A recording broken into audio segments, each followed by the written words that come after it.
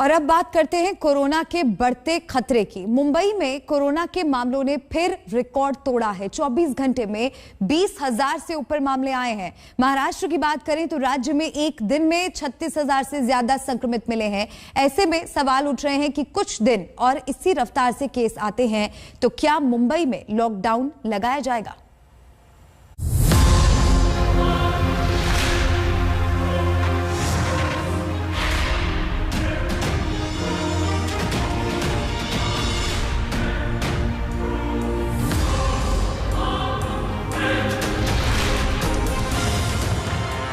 महाराष्ट्र में खासतौर से मुंबई में जिस रफ्तार से केस बढ़ रहे हैं उससे स्थिति गंभीर होती दिख रही है। राज्य में काफी प्रतिबंध लगे हुए हैं, पर जिस रफ्तार से केस बढ़ रहे हैं ये प्रतिबंध नाकाफी नजर आ रहे हैं।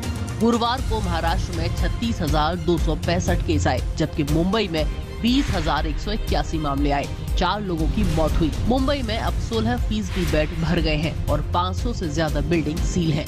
गुरुवार को धारावी का आंकड़ा भी चौंकाने वाला आया। धारावी में 24 घंटे में कोरोना के 107 केस दर्ज हुए हैं, जो अब तक का सबसे बड़ा आंकड़ा है। पहली और दूसरी लहर में कभी भी एक दिन में इतने ज्यादा केस नहीं आए। गुरुवार को एनसीपी मुखिया शरद पवार ने कोरोना के हालात पर स्वास्थ्य मंत्री राजेश टोपे और कुछ अधिकारियों के साथ मीटिंग की। स्वास्थ्य मंत्री के मुताबिक राज्य में मरीजों की संख्या के हिसाब से अस्पतालों में भर्तियां कम है, इसलिए फिलहाल लॉकडाउन की जरूरत नहीं लग रही, पर संक्रमण रोकने के लिए कुछ नए प्रतिबंध जरूर लगाए जा सकते हैं। जो रेस्ट्रिक्शंस आज है उसमें क्या बढ़ोतरी करना चाहिए, जैसा नॉन एसेंशियल एक्टिविटीज को कुछ हद तक रोकना चाहिए, ऐसा भी एक जो एक मत दिया गया है उसके ऊपर भी एक सोचने का काम निश्चित तौर पर होगा। और माननीय मुख्यमंत्री जी से सलाह मसलत करके या निश्चित तौर पर जो भी उनसे चर्चा करके आने वाले दिनों में माननीय मुख्यमंत्री जी निर्णय लेंगे। पिछले 24 घंटे में मुंबई में 71 पुलिस वाले कोरोना संक्रमित पाए गए हैं। इस तरह मुंबई में संक्रमित पुलिसकर्मियों की संख्या 265 हो गई है। सरकार का कहना है कि उसने पुलिस फोर्स के लिए समुचित मेडिकल व्यवस्था की है। साथ ही 55 साल से ऊपर के पुलिस कर्मियों को वर्क फ्रॉम होम करने के लिए कहा गया है। सूत्रों के मुताबिक अब तक मुंबई पुलिस के करीब 9,500 जवान संक्रमण का शिकार हो चुके हैं। पिछले कुछ दिनों में देखें तो मुंबई में 28 दिसंबर को कोरोना के 1377 नए मामले आए थे। 29 दिसंबर को 2510 नए केस आए। 30 दिसंबर को 3671 केस आए। 31 दिसंबर को 5681 केस आए। 1 जनवरी को ये आंकड़ा 6347 हो गया। 3 जनवरी को सीधे 8063 केस आए और 4 जनवरी को 10,860 नए केस आए। और इसके 2 दिन बाद 6 जनवरी को यानी आज 20,181 नए केस आए हैं। जिस रफ्तार से केस बढ़ रहे हैं उसके पीछे वजह ओमिक्रॉन हो सकती है। महाराष्ट्र में अब तक ओमिक्रॉन के 876 मरीज मिल चुके हैं। गुरुवार को ओमिक्रॉन के 79 नए केस आए, जिसमें 57 अकेले मुंबई से हैं। बढ़ते मामलों को देखते हुए सरकार बेड, आईसीयू, वेंटिलेटर की उपलब्धता पर नजर बनाए हुए है और कह रही है कि अभी बेड की कमी नहीं है। मेडिकल कॉलेजेस एंड हॉस्पिटल्स में बेड्स की अवेलेबिलिटी आज बहुत ज़्यादा है। मतलब अस्पताल इनकी ऑक्यूपेंसी 15 से 25% से ऊपर नहीं है। 75% अवेलेबिलिटी आज है। और अगर लोग जिनको इन्फेक्शन हुआ है अगर वो जल्द ठीक होकर घर चले जाते हैं तो बेड्स की कभी भी कमी नहीं पड़ेगी। अगर आगे आंकड़े बढ़ते हैं और बेड्स की कमी होती है तो ये जो व्यवस्थाएं हैं इसका विस्तार करने की भी हमारी पूरी तैयारी है। मंत्री अमित देशमुख ने ये भी कहा कि अगर लोग अब भी कोरोना प्रोटोकॉल का पालन कर लें तो लॉकडाउन की स्थिति को टाला जा सकता है। अगर ये आंकड़े नहीं बढ़ते और हम सब ने अगर कुछ जो चीज़ें हैं अगर हमने उनका पालन किया तो शायद लॉकडाउन की ज़रूरत भी ना पड़े और सामान्य जीवन ये डिस्टर्ब ना हो। यही हमारी प्राथमिकता है, क्योंकि इस पर इकॉनमी पर बहुत असर पड़ता है। और जैसे अब स्कूल कॉलेज बंद हो गए, बाकी चीज़ें बंद ना हों, तो मुझे ऐसा लगता है कि आशा ये करते हैं कि लॉकडाउन की ज़रूरत ना पड़े, निर्बंधों पर ही काम चल जाए। सरकार कह रही है कि तीसरी लहर के लिए उसकी तैयारियां पूरी है, पर जिस रफ्तार से डॉक्टर पॉजिटिव हो रहे हैं वो भी चिंताजनक है। Maharashtra association of resident doctors के मुताबिक महाराष्ट्र में अब तक 260 रेजिडेंट डॉक्टर पॉजिटिव हुए हैं। इसमें जेजे अस्पताल के 73, कूपर अस्पताल के 7, केईएम के 60, सायन अस्पताल के 80, आरजीएमसी ठाणे के 8 और नायर अस्पताल के 59 डॉक्टर हैं। सरकार ने स्थानीय प्रशासन को स्वास्थ्य कर्मियों की भर्ती के लिए अधिकार दे दिए हैं ताकि मरीजों को इलाज मिलने में देरी न हो। गुरुवार को महाराष्ट्र की एक और सांसद और केंद्र में स्वास्थ्य और परिवार कल्याण राज्य मंत्री भारती पवार भी पॉजिटिव हो गई। भारती से पहले इस हफ्ते महाराष्ट्र से आने वाले लोकसभा सांसद अरविंद सावंत, महाराष्ट्र के मंत्री एकनाथ शिंदे, विधायक विद्या ठाकुर भी पॉजिटिव पाई गई थी। महाराष्ट्र सरकार में अब तक 10 से 15 मंत्री और करीब 70 विधायक कोरोना पॉजिटिव हो चुके हैं। वैसे राहत की एक खबर ये भी है कि मुंबई में बुधवार तक 1 करोड़ से ऊपर वैक्सीन लग गई है। बीएमसी का लक्ष्य 16 जनवरी तक 2 करोड़ वैक्सीन लगाने का है। अब तक मुंबई में कुल 1 करोड़ 80 लाख से ऊपर वैक्सीन लग चुकी है। मुंबई से कमलेश सुतार और पंकज उपाध्याय के साथ आज तक ब्यूरो। और अब बात दिल्ली की करते हैं, क्योंकि दिल्ली में भी कल 15,000 से ज्यादा मामले सामने आए। ओमिक्रॉन के मामलों का ग्राफ भी तेजी से बढ़ा है। ऐसे में लोगों के जहन में सवाल है कि अगर ओमिक्रॉन से संक्रमित मरीज के अस्पताल जाने की नौबत आती है तो उसका इलाज किस तरह होता है। आज तक संवाददाता तेजश्री पुरंदरे दिल्ली में उन ओमिक्रॉन वार्ड्स में पहुंची जहां मरीजों का इलाज चल रहा है और जानकारी जुटाई।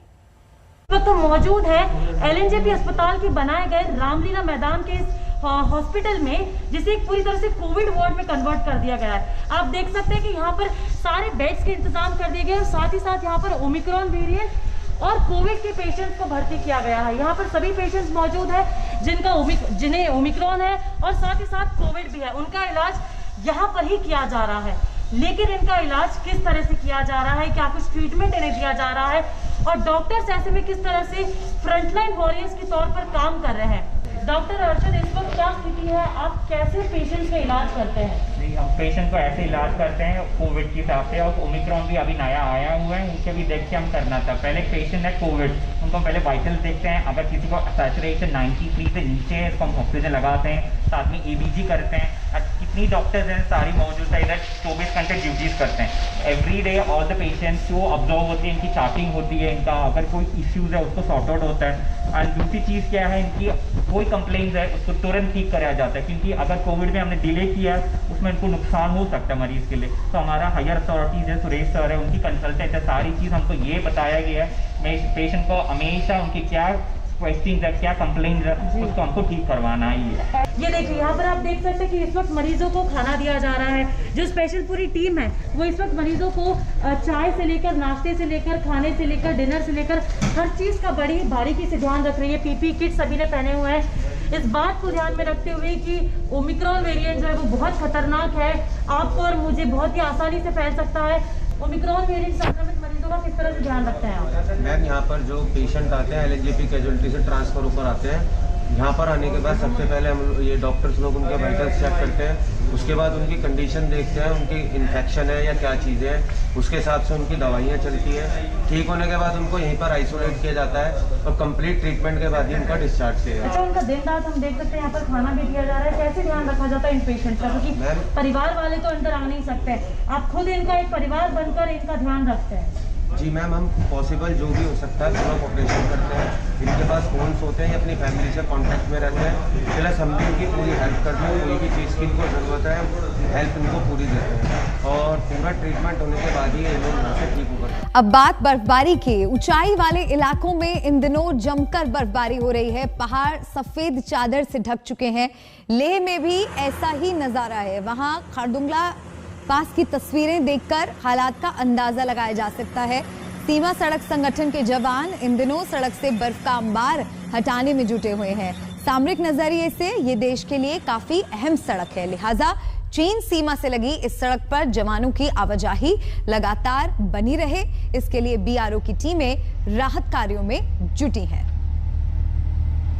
खरदुंगला पास की ये तस्वीरें, और अब देखिए किस तरह से रास्ते को साफ करने के लिए बर्फ को हटाने का काम यहाँ पर चल रहा है, क्योंकि ये रास्ता जवानों की आवाजाही के लिए इस्तेमाल होता है और बेहद अहम ये रास्ता है। और सफेद चादर बर्फ की आप देख सकते हैं चारों तरफ। बीआरओ की टीम लगातार राहत कार्यों में जुटी हुई है। खारदुंगला में जमकर बर्फबारी हो रही है और रास्तों को साफ करने की कवायद भी अब शुरू हो गई है। चीन सीमा से लगी हुई है ये सड़क, इसलिए यहाँ पर जवानों की आवाजाही लगातार बनी रहती है और इसमें कोई खलल ना पड़े, इसके लिए बीआरओ की टीमें राहत कार्य में जुटी हुई है। तो इस वक्त लेह की अगर बात करें तो -10 से 20 डिग्री तक वहां पर तापमान है। हाड़ कपा देने वाली ठंड इस वक्त लेह में पड़ रही है और बर्फ की इस मोटी चादर को, इन तस्वीरों को देखकर आप समझ सकते हैं, अंदाजा लगा सकते हैं कि वहां पर किस तरह का मौसम है, क्योंकि लगातार कई दिनों से जमकर बर्फबारी हो रही है। उधर पुंछ में भी बर्फीली वादियों में बीएसएफ जवानों की गश्त जारी है। देश की आन बान शान ये जवान माइनस तापमान में भी बर्फबारी और ठंड के बीच राष्ट्र की सुरक्षा में डटे हुए हैं। बर्फ की मोटी परत भी इनका रास्ता नहीं रोक पा रही। विपरीत हालात में भी जवानों का जज्बा गजब का है। तो ये बहुत ही चुनौतीपूर्ण हालात होते हैं। स्थिति में जवानों का इस तरह से मुस्तैदी से डटे रहना, सीमाओं की सुरक्षा करना बेहद मुश्किल होता है।